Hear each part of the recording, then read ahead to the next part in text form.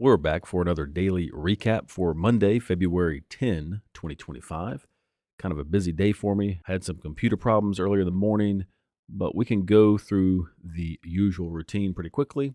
Talk about what would have happened if you traded the levels from the morning. We'll look at the levels in the game plan in a minute. First of all, this is the daily chart of the SPY. You can see where they open and close, kind of a narrow range. There are two areas that I'm going to keep an eye on because price is in between these two areas. And it's a new trend line here. I'm just basically connecting this most recent pivot high here, splitting the difference between this former high here back on January 31. Then also the low of this pivot low here coming up. This is where price is in the middle of this consolidation, and it remains to be seen whether this is a bearish or a bullish consolidation. They're really just kind of in the middle of things, and these could constrain price. We'll keep an eye on them, and this is sort of the extremes of the bigger picture on the daily chart. And when we zoom into smaller time frames, there are more intermediate levels, which will become more apparent as time goes on. Here are the levels, the game plan that was sent out this morning. You're welcome to pause the video and read through this if you'd like. And here's the entire day on the 1 minute chart. We'll run through this quickly. So notice when they opened, they went right up to 604.10. That was a level from the morning. Hit it to the penny before falling back down. But if we're just going to treat this as a process, you would have gone short at 604.10 or 604.05 if you want to adjust that 5 cent toward price. And so an interesting thing happened here if you were playing by the rules. You would have had a fumble signal, but there's kind of a nuanced rule that says if you're within a certain distance of the next level up, then don't reverse that, because the expectation is that next levels can provide, in this case, resistance. So you'd hold on and you'd sell again. So you would be short between these two levels. Your average entry price is in the middle, and they came back down and rewarded you with a base hit on that combined position. And it just so happened that you would have been out of that short trade right before they got back down into the bottom level here, 604.10 or 604.15, either way.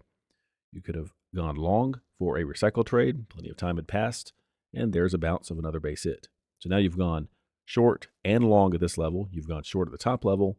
You're welcome to try for another trade up here at 604 even. If you were to if you were to factor in the 5 cent buffer, you're welcome to try. But they came up a penny short, then gave it to you later. I'm not going to attempt a level more than once because that's just how I do it. And that would have given you 3 base hits. And I'll talk about what I did. So I had some computer issues. There was an update that took a long time. There was some other issues that things were really buggy. So when I finally got things situated, it was after 11. They were on their way back down here. So I saw what was going on, kind of missed some initial opportunities. I just watched them, and there were things coming up that I was going to be busy with, so I did not bother taking this recycle trade here. So I missed that. Once that happened, I just closed up and didn't worry about anything else. And they bounced around between these two levels, but no trades for me, and just a long day working on some other projects. So it was what it was. Wasn't able to get any trades in today. So what this looks like on our tracking logs, the first one playing by the rules, here's your 2 levels, 12 points, that's 3 trades, 4 points each, because level 4 was hit again for that recycle trade on the long side. There's where you would have landed. At this point, we've surpassed 30% rate of return so far in the year. This includes January and February if you're keeping track, and you can peruse the rest of the metrics.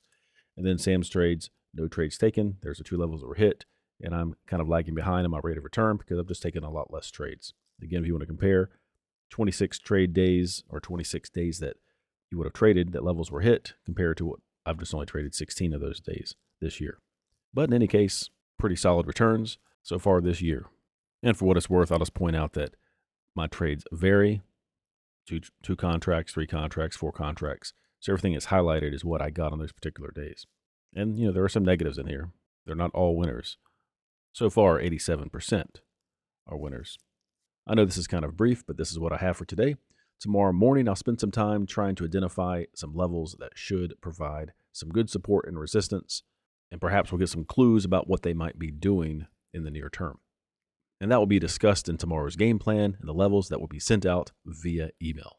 If you're interested in receiving these levels for yourself to give them a shot, then just go to Ticks&Trades.com. There's a form, fill it out, and I will add you to the list. So thanks for watching this recap. Hope you found some value in it. I'll talk to you in the next recap video. Have a great day.